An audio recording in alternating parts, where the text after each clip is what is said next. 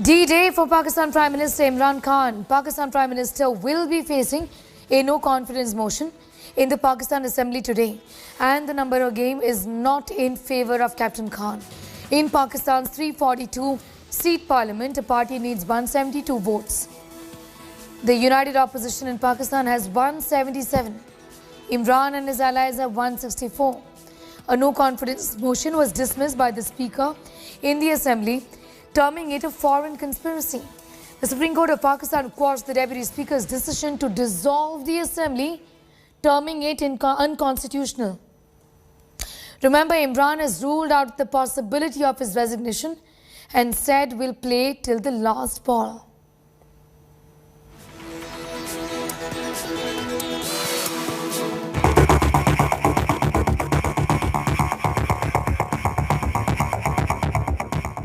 The numbers are stacked against him, but Imran Khan is not walking from the crease yet. On the eve of the vote of no confidence motion against him, the Pakistan Prime Minister went on the front foot. The PTI chief called for a nationwide protest on Sunday against the opposition that he described as traitors. आपने अपनी future को की हिफाजत करनी है, आपने अपनी जमहूरियत, अपनी सॉवरेनिटी की हिफाजत करनी है, अपनी आज़ादी की हिफाजत करनी है. ये जो बाहर से इंपोर्ट करके साजिश करके और ज़मीर खरीद के ये ड्रामा जो हो रहा है, आपने इसकी प्रोटेस्ट करना है. Pitching himself as the savior of Pakistan, who is being thwarted by external forces, Imran lashed out at the United States. This time, no holds barred. हम अमेरिका को बार बार उनको समझाएं कि हम कोई मैं इमरान खान एंटी अमेरिकन नहीं है, लेकिन हमने बड़ी बुरी हालात देखे हुए हैं. हमने आपकी हम कोई टिश्यू पेपर की तरह इस्तेमाल होने वाली कौम नहीं है कि आप इस्तेमाल करें और फिर फेंक दें. और आज आप कह रहे हैं कि जी क्योंकि जी हमें पर कर्जे चढ़े हुए हैं तो हमें तो गुलामी करनी पड़ेगी. Imran repeatedly alleged that there is a global plot to topple his government. अगर इमरान खान यानी सिटिंग प्राइम मिनिस्टर अगर वो नहीं हटता इसमें से तो पाकिस्तान को नुकसान होगा. और फिर कहता लेकिन अगर वो हार जाता है तो पाकिस्तान को माफ कर दिया जाएगा. नहीं, उसने कहा जो भी आएगा माफ कर देगा, यानी कि उसको पता था कि किसने आना है, किसने अचकन सलवाई हुई है, कौन तैयारी में बैठा हुआ है, उसे सब पता था, तो उसको माफ कर देंगे. Hitting out at the opposition, Imran claimed that lawmakers were being bought to win the numbers game. मैंने कभी इस तरह की चीज किसी भी वेस्टर्न डेमोक्रेसी के अंदर नहीं देखी, कभी सुना भी नहीं है. ना कोई सोच सकता किसी को खरीदने का, ना कोई अपने आप को अपना ज़मीर बेचने का सोच सकता है, क्योंकि माशरा उसके खिलाफ खड़ा हो जाता है. जो लीडरशिप है, ये रिप्रेजेंटेटिव्स हैं, ये अगर रिश्वत दे के लोगों को खरीद रहे हैं, कोई बिक रहा है, कोई खरीद रहा है, तो उनकी हम क्या मिसाल पैदा कर रहे हैं. His fate almost sealed. Imran reached out to the people of Pakistan. मैं ये कहता हूं कि किसी से हमारी लड़ाई नहीं है, ना मैं किसी का एंटी हूं, ना किसी मुल्क का एंटी हूं. मैं सिर्फ ये कहता हूं कि जो मेरे लोगों के फायदे के लिए पहली चीज वो है, मेरे 22 करोड़ लोगों के लिए, उसके बाद मैं दुनिया की बाकी चीजें मानने के लिए तैयार हूं. The former cricketer knows he would not be able to chase down the target this time. He is already preparing for the next face-off. Imran believes the pitch favors him and he can extract the right amount of swing to win the test once again. Bureau Report, India Today. Well, interesting developments because in a 40-minute address, Imran Khan praised India on multiple occasions. From India's independent foreign policy to its free and fair elections, Imran Khan showed the mirror to the opposition in his country, quoting India's example. Hindustan को देख लें, इतनी किसी की जुर्रत नहीं है, किसी की जुर्रत थी कि इस तरह की बात करते हैं हिंदुस्तान में. Singular praise for India from a beleaguered, cornered Imran Khan, addressing his nation possibly for the last time as Prime Minister of Pakistan. In a 33-minute speech, Imran, who touched upon all the familiar tropes that have riddled his many recent speeches, chose to invoke India repeatedly and always in glowing terms. Riding a narrative of foreign conspiracy against his government, he singled India's independent foreign policy for singular praise.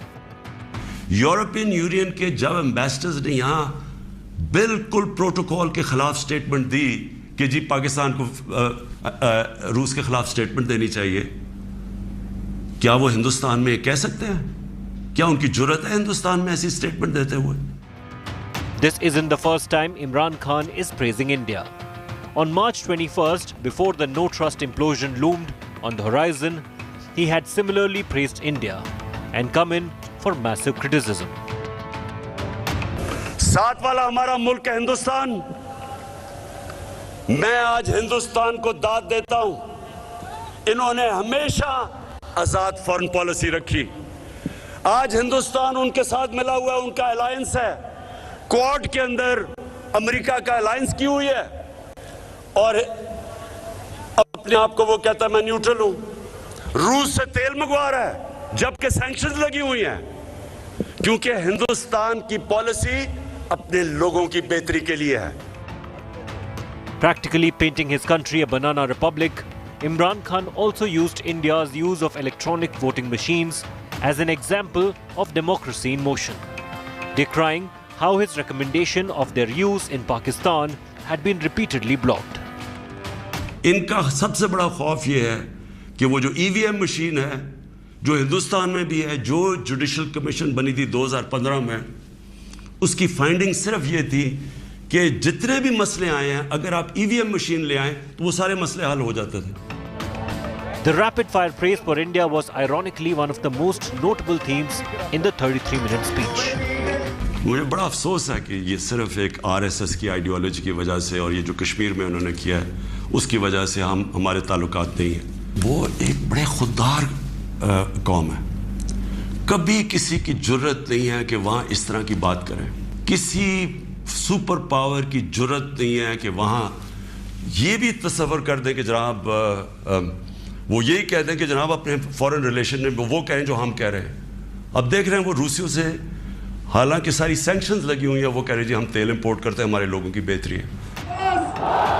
While the politician in Imran was clearly invoking India, Pakistan's touchy topic number one, for dramatic effect, it's likely that part of Imran's praise sprung from genuine admiration. Imran Khan's praise is also affirmation from a so-called adversary nation of India's rise in a region that's been sinking and in breakdown mode over the last 2 years.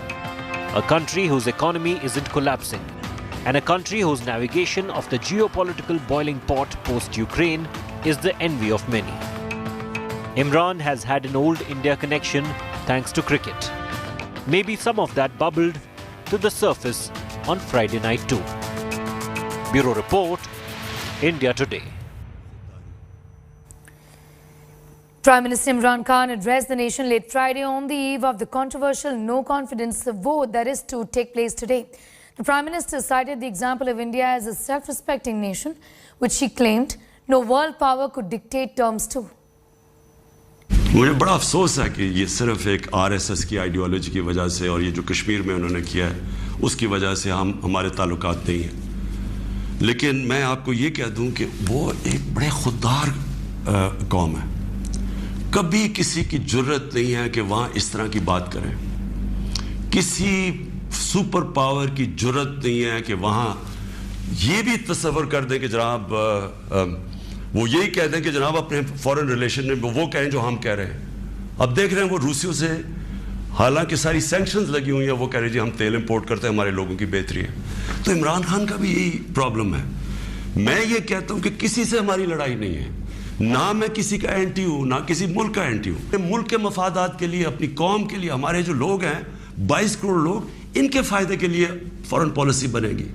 और वो foreign policy वो है जो हम सबसे अच्छे ताल्लुकात रखें. हिंदुस्तान को देख लें, اتنی کسی کی جرت نہیں, کسی کی جرت تھی کہ اس طرح کی بات کرتے ہیں ہندوستان میں. یورپین یونین کے جب ایمبیسڈرز نے یہاں بالکل پروٹوکول کے خلاف سٹیٹمنٹ دی کہ جی پاکستان کو روس کے خلاف سٹیٹمنٹ دینی چاہیے, کیا وہ ہندوستان میں کہہ سکتے ہیں؟ کیا ان کی جرت ہے ہندوستان میں ایسی سٹیٹمنٹ دیتے ہوئے؟ ان کا سب سے بڑا خوف یہ ہے کہ وہ جو ای وی ایم مشین ہے جو ہندوستان میں بھی ہے, جو جوڈیشل کمیشن بنی تھی 2015 میں, اس کی فائنڈنگ صرف یہ تھی کہ جتنے بھی مسئلے آئے ہیں اگر آپ ای وی ایم مشین لے آئیں تو وہ سارے مسئلے حل ہو جاتے تھے. ہم نے تو اس لیے لے کے آئے ہیں. میں کرکٹ کی دنیا میں وہ ہوں 200 سالہ تاریخ میں جو کیپٹن نیوٹرل امپائر لے کے آیا تھا. میری یہی کوشش تھی کہ میں پاکستان میں وہ الیکشن کرواؤں جو صاف اور شفاف سب مان جائیں, کیونکہ ہر الیکشن کے اندر شور مچتا تھا. اور یہ وہ ریورس کریں گے, یہ ای وی ایم مشینز اس لیے ختم کریں گے کیونکہ انہوں نے دھاندلی کرنی ہے, انہوں نے ساری زندگی دھاندلی کی ہے. اور دوسری اوورسیز پاکستانیز کی ووٹنگ, جو اوورسیز پاکستانی ہیں وہ 90 لاکھ اوورسیز پاکستانی, ان کی ریمیٹنسز پہ ملک چلتا ہے. وہ آج اپنا پیسہ بند کر دیں تو ہم بینکرپٹ ہیں. وہ جو بیچارہ پاکستانی باہر بیٹھا ہوا ہے, کیا آپ کیوں نہیں ان کو ووٹنگ رائٹ دینا چاہتے؟ ان کے لیے ہم نے آئی ووٹنگ لے کے آئے تھے, ٹیکنالوجی کا استعمال, تو انہوں نے وہ ختم کرنی ہے. یہ اور پھر انہوں نے پوری گیم تیار کر کے تاکہ سارے اپنے نیچے لوگ لگ جائیں, ان کے جو بیوروکریٹس جو پرانے ان کے اپنے ہیں وہ لگا کے پھر میچ فکس کر کے انہوں نے الیکشن میں جانا ہے.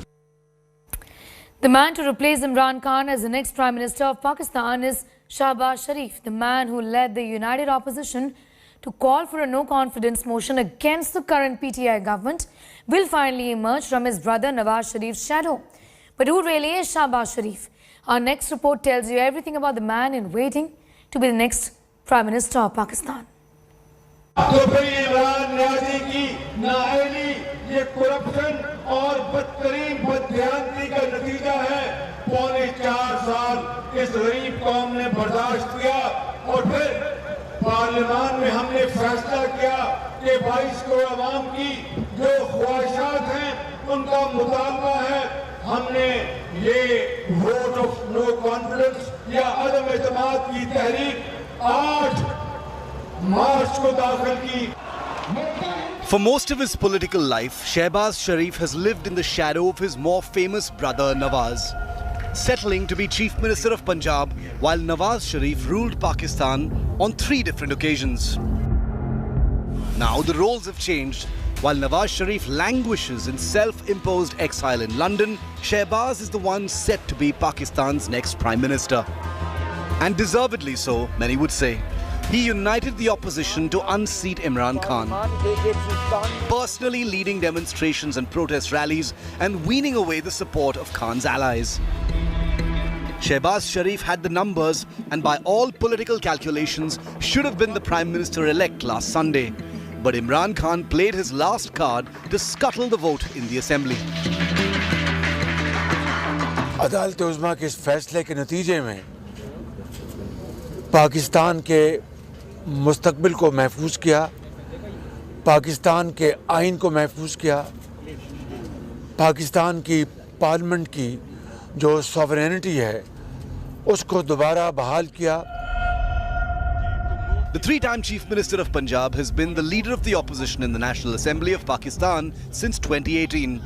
After Nawaz Sharif was barred for life from holding any political office by the Supreme Court in 2017, Shahbaz was catapulted into Islamabad's power corridors.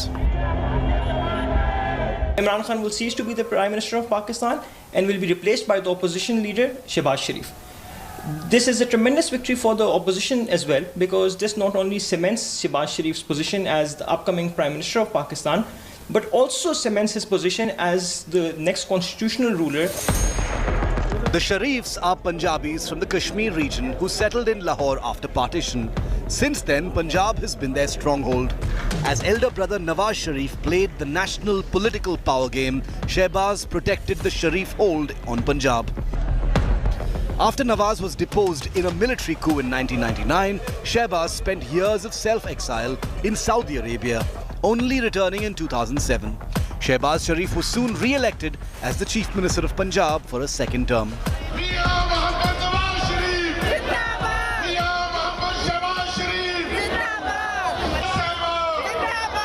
Imran Niazi जो दिन रात रियासत मदीना की बात करता है, उसने पाकिस्तान की कौम को कंगाल कर दिया।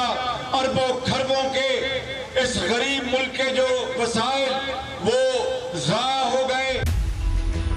A businessman with major stakes in a multi-million-dollar steel industry, money laundering and other corruption charges have stalked Shahbaz Sharif. He has weathered all storms that have come his way so far. But if he becomes Pakistan's next Prime Minister, he will have the tough job of steering the nation out of the present deep economic crisis. And that could be the biggest challenge of his life. Bureau Report, India Today. One of the worst hit by airstrikes and missiles, the city of Mykolaiv is in complete ruins. India Today's Mosmi Singh brings you this exclusive ground report from an administrative building bombed by cruise missiles. On an ordinary day, officers would be sitting here and doing their work. But the time of ordinary days is over in Mykolaiv region, at least for now, because you can see the destruction that has happened of this building that was bombed. We are giving you the visuals, inside visuals from the third floor of this administrative block that bears this look from inside.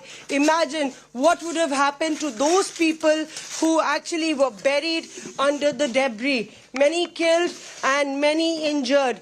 Even room after room, the press room to the corridors bear a look of death and devastation. We are not even trying to enter that other side, which is completely shaken and broken, smashed into smithereens. This is a war that is a war also of psychological war that is being waged against Ukraine, against Mykolaiv. The key reason is to attack the mental strength of the citizens, to in fact paralyze the system so that they have no more strength to fight back. But the Ukrainians still feel that their invincible spirit will actually defeat the purpose and intention of the Russians. With video journalist Parminder Sharma, this is Mosmi Singh in Ukraine, Mykolaiv for India Today.